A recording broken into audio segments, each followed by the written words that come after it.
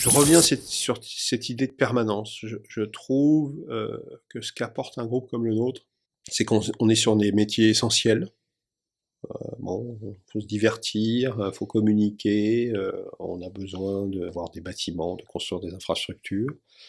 Et ça, c'est aujourd'hui, c'est demain, et c'est pour encore de nombreuses années. On apprend à apprendre à l'école. Mais je pense que ce qu'on apprend à l'école, on s'en sert pas beaucoup dans l'entreprise, on apprend beaucoup dans l'entreprise après.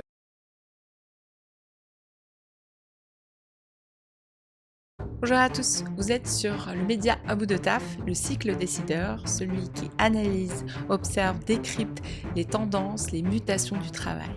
Et aujourd'hui, je reçois avec grand plaisir Jean-Manuel Soussan, DRH du groupe Bouygues. Bienvenue. Bonjour. Pour commencer, Jean-Manuel, est-ce que vous pouvez nous dire qu'est-ce que ça fait de passer 30 ans dans la même boîte ? On voit pas le temps qui passe, parce que c'est toujours passionnant. J'ai beaucoup bougé dans le groupe, donc au fond avec des expériences différentes, des géographies différentes, et on se dit que ça passe vite, voire trop vite. Voilà. C'est un luxe aujourd'hui de passer 30 ans. Est-ce que vous arrivez encore à avoir des salariés qui ont cette volonté ? Oui, je pense que oui. Alors c'est un groupe où il y a particulièrement de l'attachement. C'est un groupe qui a une particularité, qui est un groupe familial, patrimonial, et donc qui donne une coloration assez particulière. Donc on y est attaché comme si on était un petit peu dans sa famille. Voilà, donc ouais, ça reste que beaucoup de plaisir.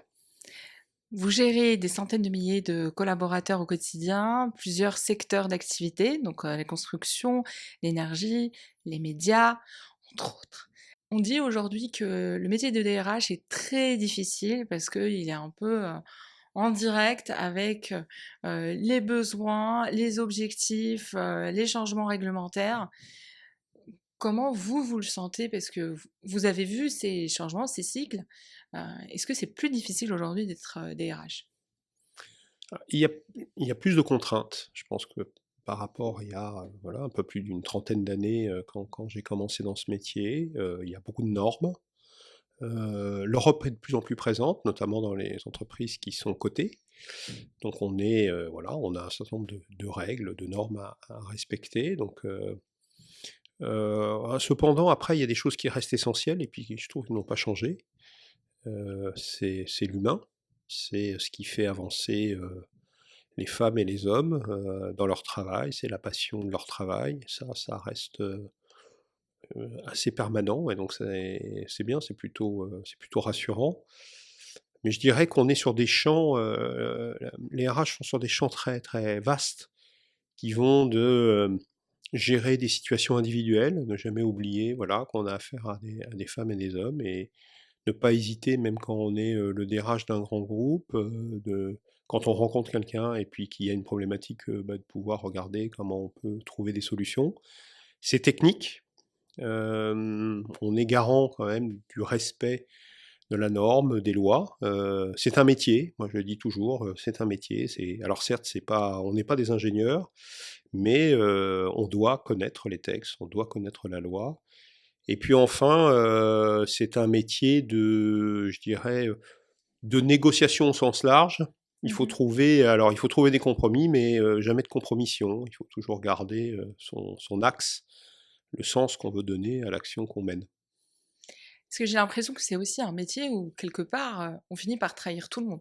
Le métier n'est pas content, les salariés ne sont pas contents, les dirigeants ne sont pas contents.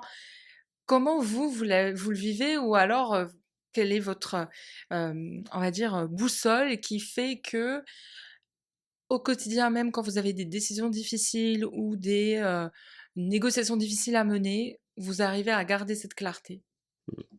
D'abord, il faut essayer de faire en sorte de trouver des solutions avant que que je dirais, l'organisation au sens large, que ce soit les salariés, que ce soit les organisations syndicales, que ce soit, l'organisation, ne soit pas content. Donc en fait, si on est arrivé là, ça veut dire qu'il y a quelque chose qu'on n'a pas traité avant.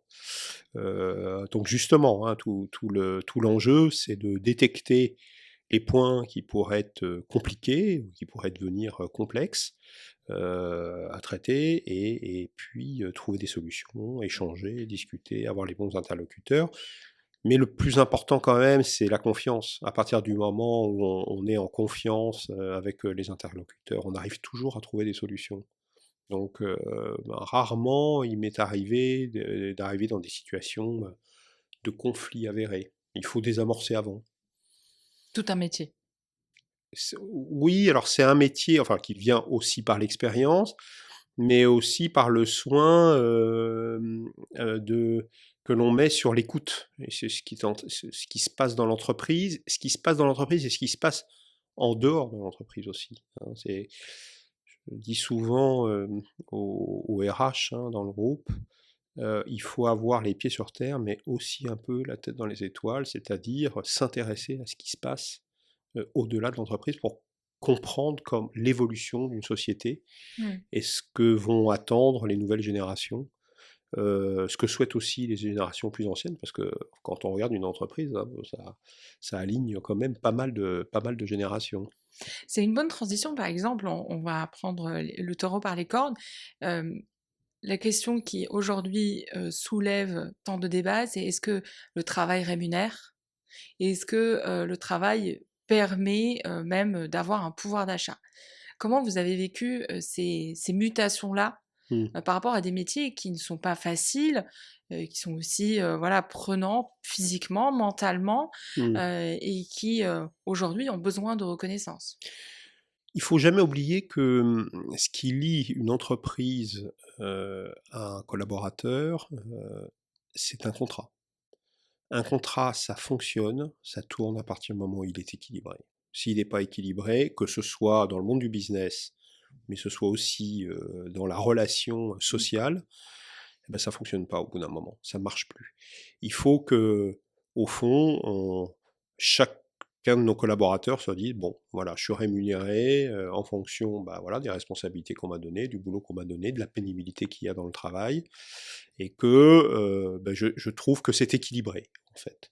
Et ça, il faut jamais l'oublier. Je prends juste une petite anecdote.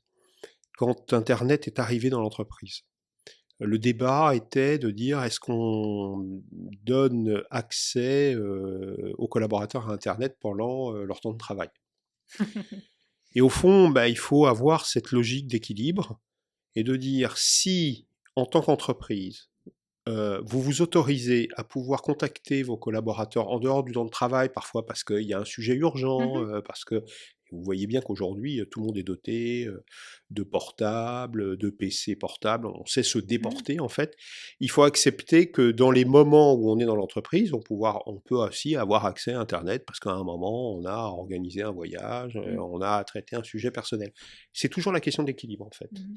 Donc il faut pas d'un côté dire: «Ah bah je te dote d'un PC portable, ça va te permettre de faire un certain nombre de choses, en dehors, du temps de travail parce que tu comprends, il y a une urgence et un gros dossier», et de l'autre côté de dire: «Ah non, l'utilisation d'internet n'est pas possible dans l'entreprise». De toute façon, on est souvent balayé par, Mmh. l'arrivée des nouvelles technologies, donc l'équilibre, se trouve. Quand on se sent déséquilibré dans un contrat, ça s'arrête en général, et nos collaborateurs, malheureusement vont aller voir ailleurs pour trouver quelque chose de plus équilibré. Il existe le même, on va dire, la même situation aujourd'hui pour l'IA? La question de Shadow IA, ces utilisateurs, qui utilisent l'IA personnelle dans leur quotidien, pour, réaliser, des tâches personnelles, mais aussi des tâches professionnelles, Mmh. pour leur simplifier la vie, même si leur employeur, leur interdit ça. Comment vous appréciez? Est-ce Alors, que vous avez décidé sur ça? oui, là, le sujet, il est aussi de la confidentialité des datas. Bien sûr. C'est-à-dire que globalement, on dote nos collaborateurs, d'outils qui vont leur permettre Mmh. d'utiliser l'IA, mais il faut que quand on est sur des sujets professionnels, ils l'utilisent dans un cadre Bien sûr. sécurisé, voilà. Parce que, bon, on sait que les datas, bah, ça part où? Enfin bon, ça part en général toujours à peu près au même endroit, hein, ce qui Pas en France. pas en France en tout cas, et donc ça, il faut le sécuriser, hein, parce que c'est juste la question, il y a des il y a des questions derrière de savoir-faire, Mmh. technique, Mmh. économique, des entreprises. Après, moi, je trouve que de toute façon, tout est très entremêlé aujourd'hui, Mmh. et donc vouloir, se battre contre ça, je pense que c'est impossible, donc il faut faire avec. Et il faut faire avec dans toujours cette volonté de trouver le bon équilibre, que chacun se dise c'est bon. Voilà, parce que entre ce qu'on m'en donne et ce que je donne, euh, ça match, ça marche. Voilà. Alors, et puis on a un marché de l'emploi qui, et tant mieux, je trouve, est très concurrentiel. C'est bien parce que ça nous oblige à rester attractifs, à travailler sur nos packages. Donc c'est plutôt une bonne nouvelle, ça. Moi j'aime bien quand on est dans un marché où c'est voilà, il faut se battre pour continuer à garder nos collaborateurs et à dire qu'on les aime. Bouygues, un nom économique, mais aussi un nom de famille. Mhm. Ça veut dire que c'est un nom qui est une marque, mais aussi un patrimoine, vous en avez parlé. Euh, Ça cristallise quoi comme culture? Il y a une culture de l'incarnation, c'est-à-dire que au-delà d'une marque, c'est une personne, c'est des familles, et donc ça, c'est très fort. C'est très fort. Ça permet de mettre une image sur les règles, les valeurs du groupe. Mais au fond, on n'arrive plus à faire la différence ensuite entre des valeurs familiales qui sont poussées Mm. dans une famille et les valeurs qui existent dans l'entreprise. Et je trouve que c'est assez sain, en fait. C'est assez sain parce que on n'est rien d'autre qu'une communauté de femmes et d'hommes. Et je trouve que aujourd'hui, on est dans un monde je trouve, de plus en plus incertain et de se rattacher à des valeurs humaines Une forme de très refuge. incarnées, bah, c'est plutôt rassurant. Moi, c'est ce que je ressens aujourd'hui. Alors, c'est pas que je souhaite que le monde soit de plus en plus incertain, mais je dis que ça, enfin, de manière très réaliste, ça permet à l'entreprise de garder une attractivité extrêmement importante avec des turnovers qui restent faibles. Même si en plus vous êtes implémenté sur plusieurs pays, qu'est-ce que vous remarquez sur les différents pays? Est-ce qu'il y a des tendances qui vous alertent, par exemple, ce qui va arriver en France ou vice-versa? Est-ce qu'il y a des pays qui bougent beaucoup plus vite que d'autres? Oui, il y a des pays, notamment sur la partie techno, Mmh. qui ont été peut-être plus vite que la France. Alors évidemment, hein, vous prenez les US sur la partie techno, ils vont très vite. Ils ont mis en place, et notamment, ils ont équipé, entre guillemets, les collaborateurs plus rapidement peut-être que d'autres entreprises. Mais au fond, maintenant, je dirais, savez, quand vous voyagez aujourd'hui, quand moi, je voyage beaucoup, on travaille dans plus de 70 pays.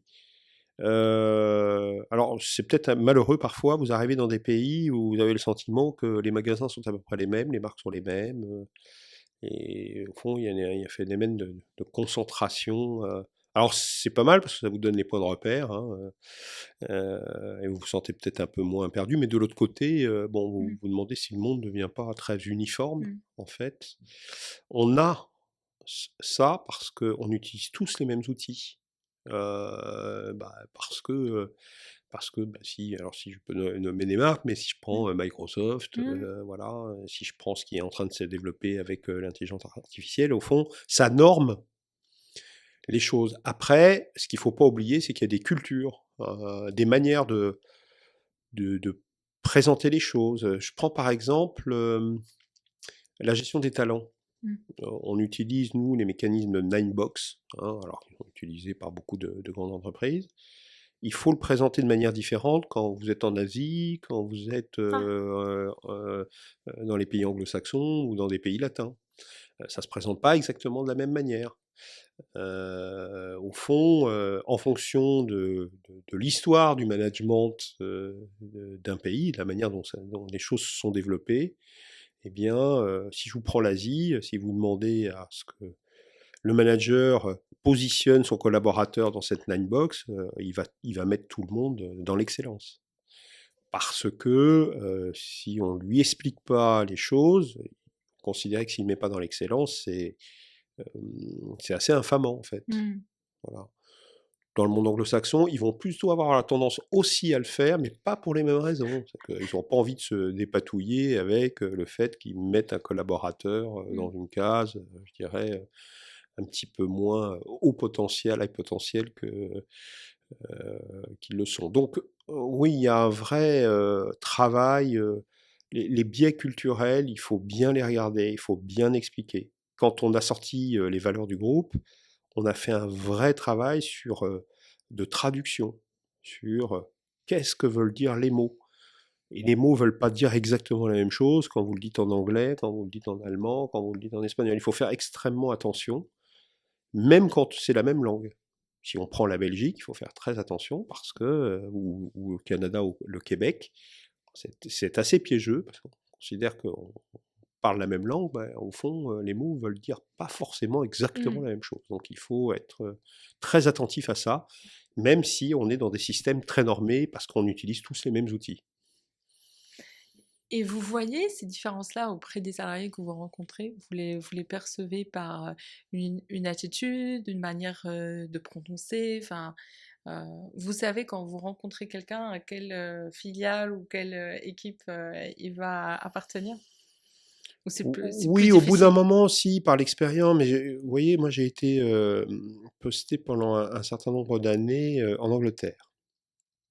Et donc, bon, j'étais amené à faire des entretiens de recrutement. Si vous êtes dans le monde anglo-saxon, quand vous commencez à recruter, lors de l'entretien, la personne, le candidat que vous avez en face va vous dire bah, écoutez, Jean-Manuel, vous avez une chance extraordinaire, vous êtes tombé sur le meilleur. C'est moi. Dans une culture française, quand on commence à vous dire ça, on va dire celui-là, je vais peut-être pas le recruter. Quand vous avez fait 10 recrutements et qu'ils vous ont tous dit la même chose, vous dites c'est peut-être moi qui dois réviser la manière dont je perçois les Mmh. choses. Mmh. Et au fond, dans le monde anglo-saxon, et notamment dans le système scolaire, les enfants sont mis en avant, Mmh. doivent se présenter à la classe, Mmh. et c'est très individualisé. Mmh. En France, c'est très collectif. Mmh. Et d'ailleurs, quand on fait des films d'entreprise, quand vous filmez des Français, il faut faire plusieurs prises, ils transpirent, ils sont pas à l'aise parce qu'on leur a pas appris à s'exprimer, je dirais, devant une caméra, en Mmh. public. Vous prenez les anglo-saxons, la première prise, c'est la bonne. Parce qu'ils ont eu l'habitude de ça. Et ils ont eu l'habitude de se valoriser, de se mettre en avant. Bah ça, vous avez ça X fois en fonction des pays dans lesquels vous êtes. Et ça, il faut le savoir, c'est-à-dire vous pouvez pas savoir tout sur tout, mais vous sachiez que ça existe. Et que les angles et la manière dont les personnes vont se présenter à vous, s'exprimer, dire les choses, dire ou ne pas dire les choses, eh bien, à chaque fois, il faut essayer de décrypter et comprendre, et puis poser la question aux gens qui connaissent les pays et qui sont du pays en disant est-ce que là je fais pas une bourde? Est-ce que c'est comme ça qu'il faut que je dise les choses? Donc ça sert, de s'expatrier? Énormément. Énormément parce que ça permet de se dire que le pays, son pays d'origine, et si on y a toujours vécu, n'est pas loin de là le centre du monde. Et qu'il existe plein de centres du monde en fait. Ça, c'est très important. C'est pour ça que dans la gestion des carrières de nos collaborateurs, notamment des futurs cadres dirigeants, ça devient incontournable. Il faut aller, je dirais, se confronter, mais dans le bon sens du terme, à des cultures différentes, dans des pays différents, parce que ça permet justement de pouvoir toujours se poser la question et d'avoir un certain recul par rapport à ce qui est en train de se passer pour pouvoir bien décrypter ce qui est en train de se passer et d'apporter les réponses les plus pertinentes possibles. Vous êtes, aux prises, des décisions au quotidien. Quelle est la décision la plus difficile ou on va dire la plus confidentielle que finalement, vous n'avez pas forcément partagée, heu, en interne, mais que maintenant il y a prescription et que vous voulez partager comme leçon?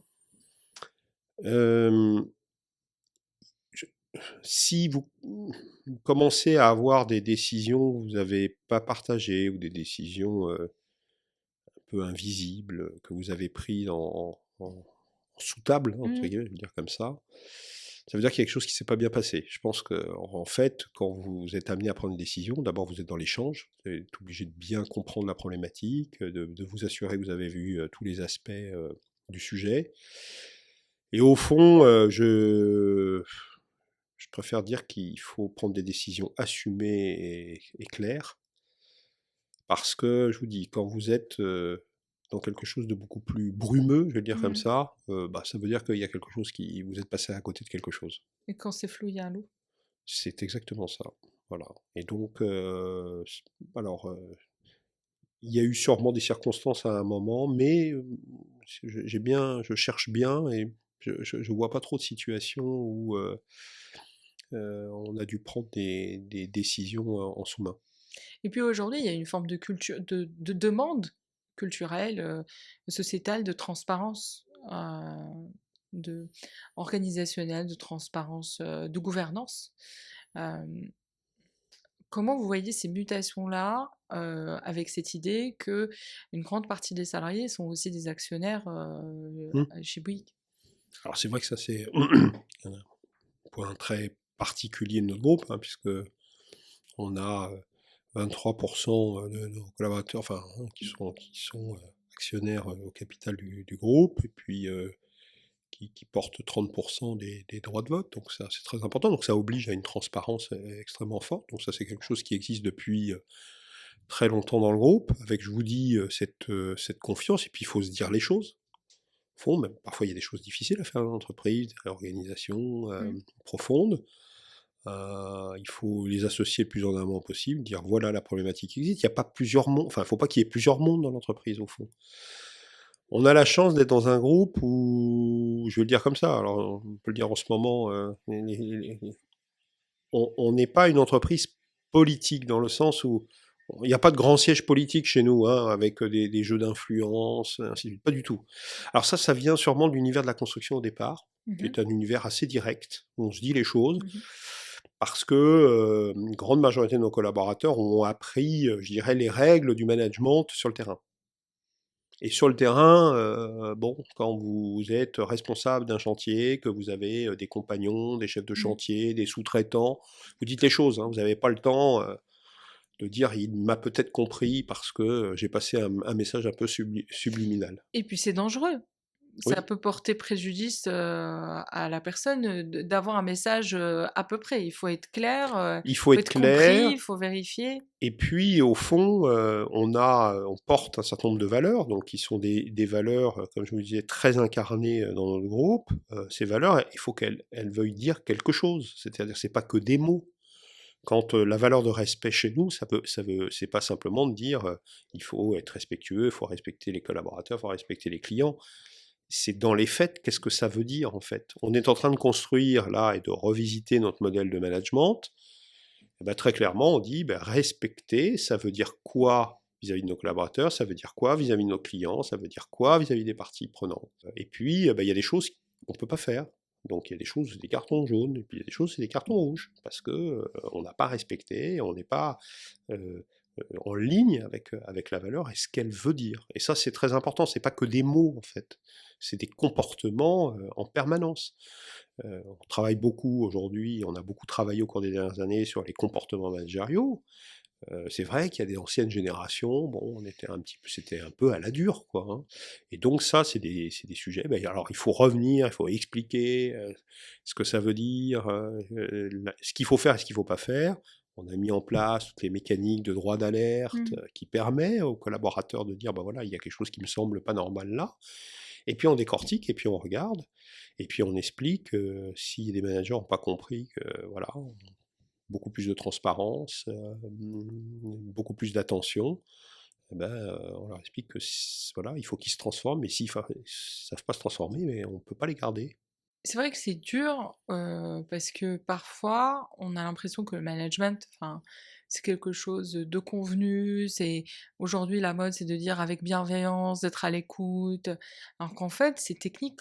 Comme vous le disiez tout Mm. à l'heure, ça reste technique. Il y a un métier qui doit s'apprendre et vous disiez que vous travaillez sur ça. Vous formez du coup les équipes, et les collaborateurs sur ça? Comment Alors ça se je dis, passe? l'école du terrain, D'accord. c'est quand même, C'est une grosse école de formation. c'est une très bonne école.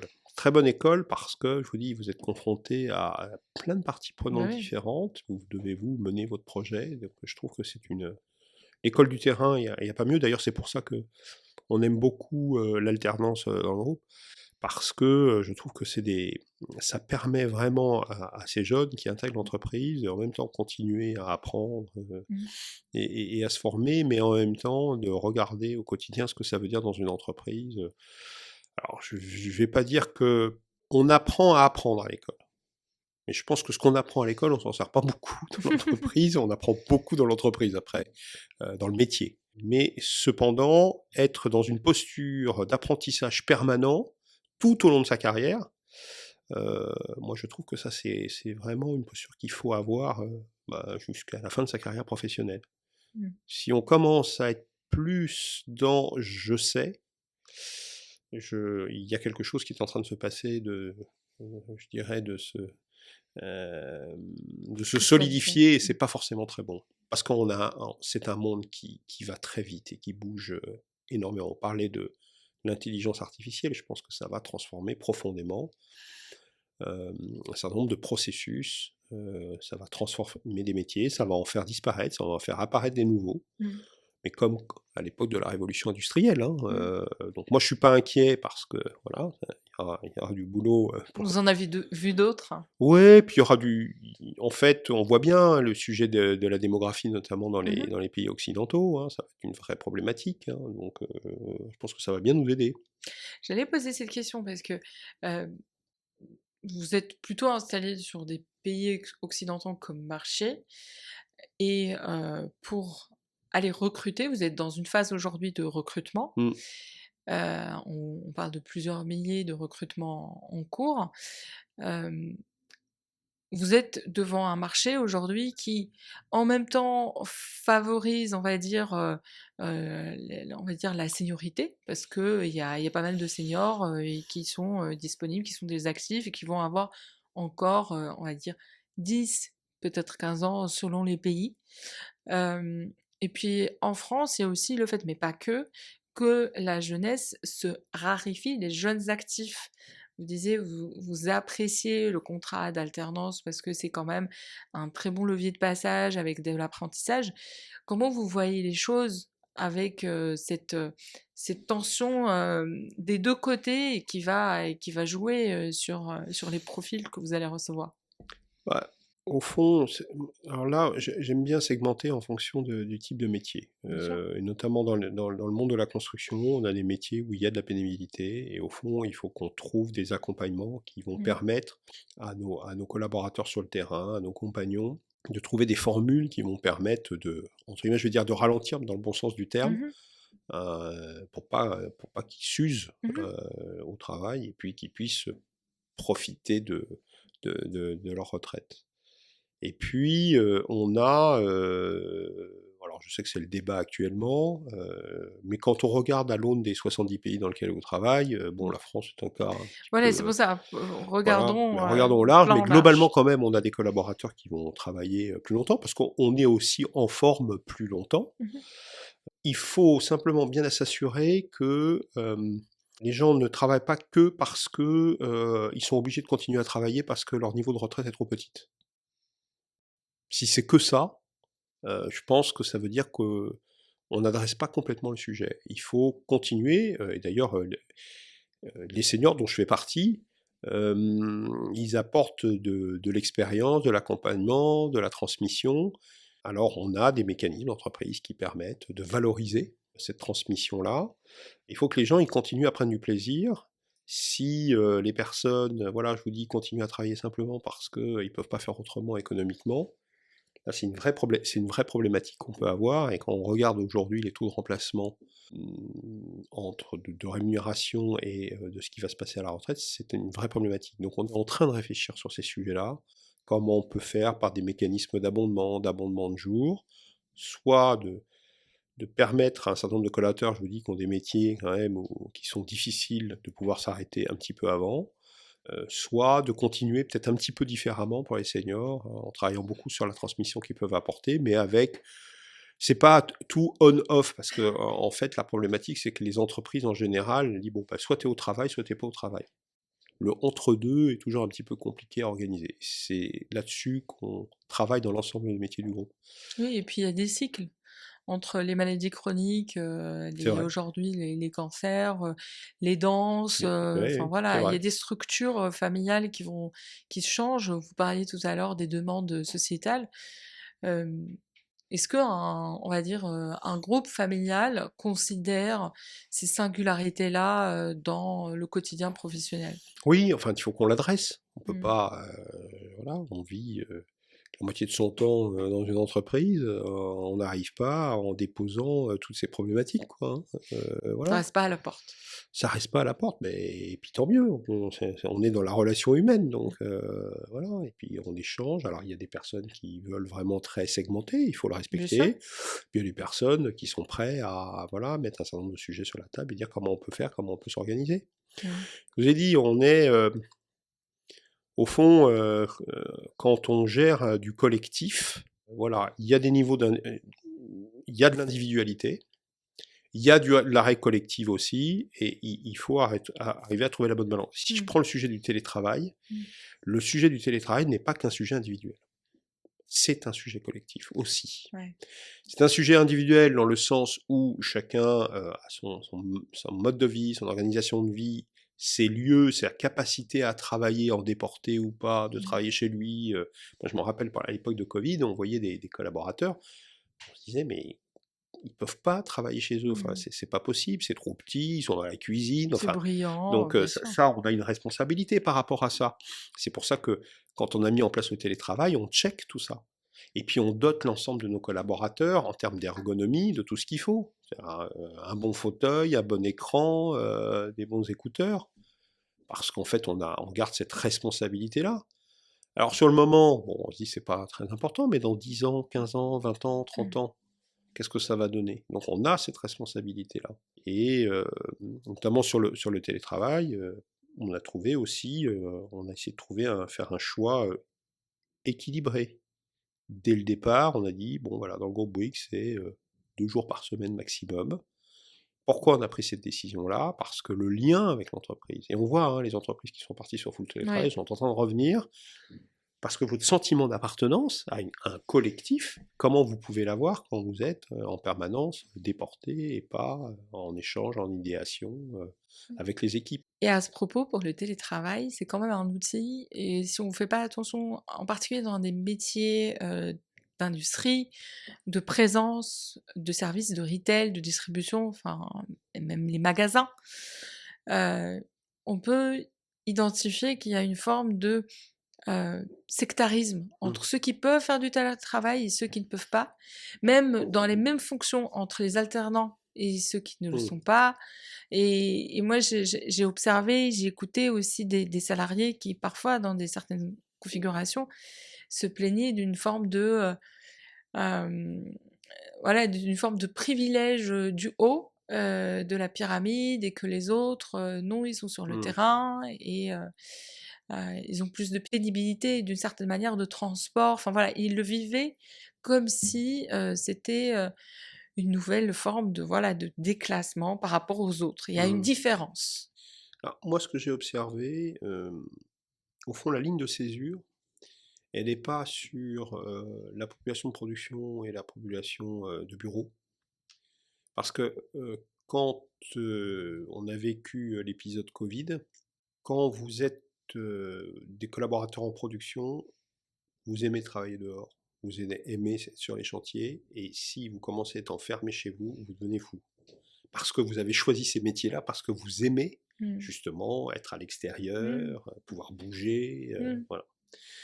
Donc, en fait, la problématique qu'on a eue assez rapidement, c'est qu'on avait des populations qui voulaient absolument retourner au travail. Mmh. Et donc, ils ne sont pas du tout envieux des personnes comme moi qui restent toute la journée assis dans un bureau. Je peux vous dire que ça ne les intéresse pas du tout. La ligne de césure, elle est plutôt entre ceux qui, justement, ont un environnement qui leur permet de télétravailler dans de bonnes conditions, Mmh. de ceux qui sont dans un environnement qui ça leur permet pas de travailler dans de bonnes conditions. Et là, c'est plutôt générationnel. Et Les plutôt des jeunes, jeunes ouais, qui vivent en mmh, colocation, qui vivent dans des petits endroits, des espaces qui petits sont espaces. Et c'est pour ça qu'on a souhaité mettre des process en place qui permettent de bien mesurer est-ce que vous pouvez travailler dans de bonnes conditions ou pas. Et à la limite, ce qu'on peut vous permettre, c'est ce qu'on a fait dans le groupe, c'est plutôt que, bah oui, vous allez passer 1 heure et demie dans les transports, eh ben, on va vous proposer d'avoir des bureaux plus proches de chez vous, parce que mmh, il y a des structures du groupe qui sont présentes à côté de votre domicile, et à la limite, qu'il y ait des bureaux de passage qui vous permettent de travailler dans de bonnes conditions, mais en évitant au moins une partie de la semaine d'avoir je sais pas combien de temps de transport. Voilà, c'est des choses de ce type-là qu'il faut mettre. Mais je vous dis, la ligne de césure, elle était plus par rapport aux conditions du Mmh. télétravail que les femmes et les hommes de production qui, voilà, ne demandaient qu'une chose, c'était de retourner sur leur chantier, sur le terrain. Voilà, alors là je suis en train de vous dire quelque chose d'idéal. Il y a toujours des Bien situations sûr. où des personnes vont dire bah non, voilà, ça crée des ruptures, en tout cas, et c'est inéquitable. Après, il y a des métiers que vous pouvez pas transporter chez vous, hein, Non, c'est non, pas bien sûr. possible, hein. Donc voilà. Mais en fait, on est content de notre décision, c'est qu'on n'a pas eu des effets de balancier. C'est-à-dire aller trop loin pour revenir derrière, c'est très compliqué. Mais c'est collectif, ça reste un sujet aussi collectif parce que vous ne pouvez pas vous permettre d'avoir une entreprise où, grosso modo, les gens, tout le monde télétravaille le vendredi. Mmh. Mmh. Donc, on a mis un certain nombre en place de règles pour le normer et pour une autre raison aussi, hein, c'est que vous allez avoir des collaborateurs qui vont peut-être un petit peu tirer sur la ficelle et utiliser tous les vendredis et d'autres jamais, qui vont jamais se le permettre. Donc ça aussi, c'est le rôle de l'entreprise de mettre en place un certain nombre de règles qui vont permettre à ce qu'il y ait une équité, un équilibre entre chacun des collaborateurs, qui ne vont pas faire les choses forcément exactement de la même manière. Mmh. Les BTP, c'est aussi, on va dire, des métiers cycliques. Vous avez Mm. connu, voilà, une période, un peu difficile, on va dire, en France avec l'inflation, mais pas qu'en France. Et pourtant, le CEO de Nvidia, il y a quelques semaines, a déclaré que le meilleur moyen aujourd'hui d'être, milliardaire, c'est d'être plombier ou, d'être constructeur. C'est le retour donc, des métiers de bâtisseurs, des grands bâtisseurs? Oh bah nous on l'a jamais perdu, hein, Non, mais voilà. de ce côté à la mode, de cette, ce retour, dans la lumière d'une revalorisation de certains Mm. métiers qui avaient perdu un peu de leur surpape, non pas, parce que ce n'était pas de beaux métiers, mais parce qu'on valorisait certains métiers, dans la tech, parce que c'était plus à la mode. Mais d'une certaine manière, là, on voit qu'avec la concurrence de l'IA, tout d'un coup, les métiers manuels vont Mm. ont la cote. Moi je peux comment réjouir, parce que ce sont des très beaux métiers, des métiers qui ont été aussi parfois dévalorisés dans le système Mmh. éducatif, Mmh. c'est-à-dire t'es pas très bon à l'école, bon, tu vas être plombier, tu vas être chauffagiste, tu vas être Mmh. électricien. C'est des métiers nobles, et donc c'est plutôt une bonne nouvelle. Alors il y avait des pays hein, dans lesquels ça a toujours été des métiers assez nobles. Si vous prenez l'Australie par exemple, hein, ils ont toujours valorisé très fortement les métiers manuels. Donc tant mieux, parce que ça va faire revenir, je dirais, des jeunes dans ces métiers-là. On a beaucoup de demandes, on a beaucoup de besoins. Et au fond, notamment sur tous les sujets de la transformation énergétique, de la Mmh. digitalisation, on le voit dans nos métiers chez Equans, on a devant nous, je dirais, des années de travail pour justement participer et aider à la transformation ou en tout cas l'amélioration des conditions de vie dans lesquelles on a mis notre planète. Donc moi je trouve que voilà, ça donne beaucoup de sens Mmh. quand vous travaillez sur des pompes à chaleur, quand vous travaillez sur l'énergie solaire, Mmh sur, mh. enfin, je trouve que ça rend, ça donne aussi beaucoup de noblesse à ces métiers, ça a beaucoup de sens. Mmh. Pour revenir, effectivement, vous venez de citer Equans, Mm. on va dire, une nouvelle filiale, une nouvelle activité. Hem, En tant que DRH, quand, une acquisition s'opère, Mm. quel rôle vous jouez avant et quel rôle vous jouez après? Ce qui est très important dans l'intégration de nouvelles filiales, et alors celle-là, elle était particulièrement importante, hein, c'était 70 000 collaborateurs hein, qui rejoignaient le groupe. Je crois que le maître mot, c'est, ou en tout cas, c'est d'avoir envie de les accueillir.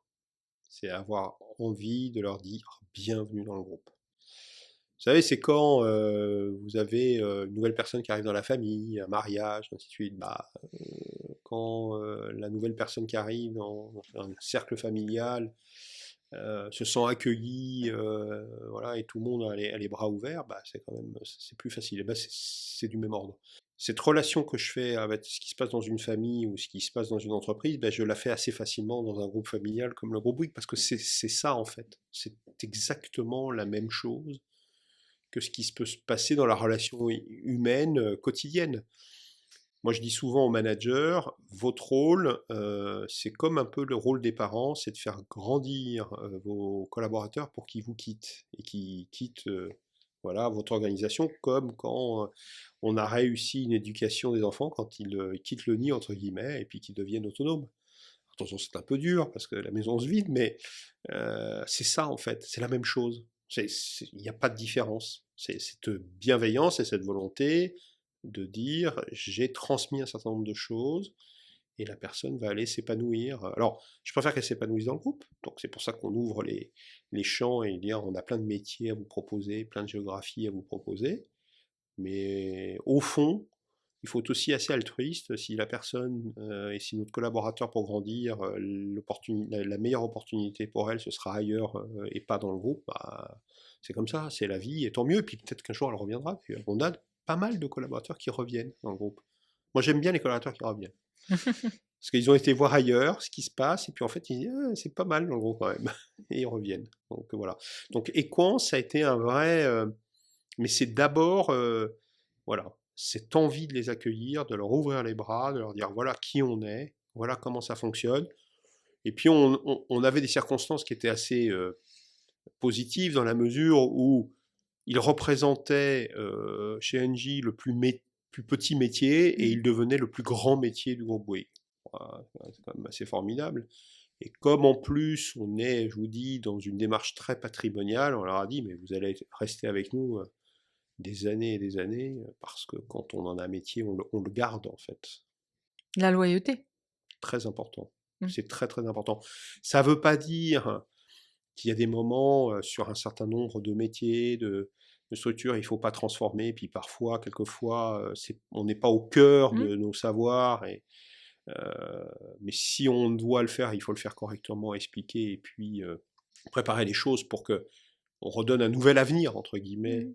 Je reviens sur cette idée de permanence. Je trouve que ce qu'apporte un groupe comme le nôtre, c'est qu'on est sur des métiers essentiels. Bon, il faut se divertir, il faut communiquer, on a besoin de- d'avoir des bâtiments, de construire des infrastructures.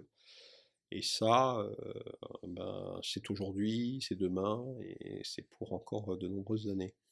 C'est intéressant parce qu'il y a même toute une littérature qui revient sur le fait que on n'a pas assez pris soin des métiers essentiels alors qu'on a compris leur importance pendant le Covid et qu'il y a tout un retour dans les Hmm. industries sur prendre soin des métiers essentiels, des secteurs essentiels, parce que c'est aussi un enjeu de souveraineté pour les pays Totalement. en question. Totalement.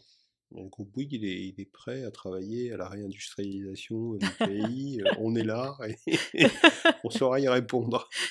Bah, écoutez, merci, Jean-Manuel. Une dernière question. Vous êtes aussi directeur, général adjoint. Mhm. Qu'est-ce que ça veut dire qu'un DRH occupe ce type de poste? Quelle est la place, symbolique que du coup on souhaite, communiquer à l'organisation en interne, mais aussi en externe?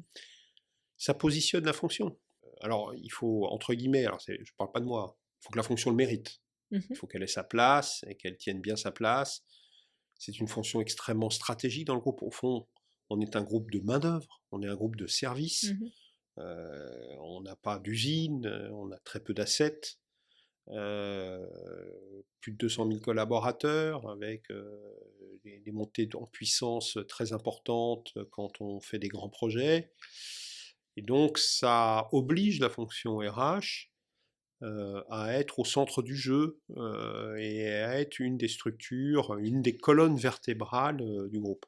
Et le fait d'être directeur général adjoint, c'est pas moi qui l'ai demandé, ça positionne la fonction, et ça, c'est la reconnaissance par une direction générale que la fonction RH, elle est centrale, elle est importante. C'est une particularité qu'on a, alors notamment dans le secteur de la construction, Mmh. où le rôle des fonctions support au sens large est très important dans le groupe. Mais c'est tout d'un coup remettre, ce que veut dire un groupe.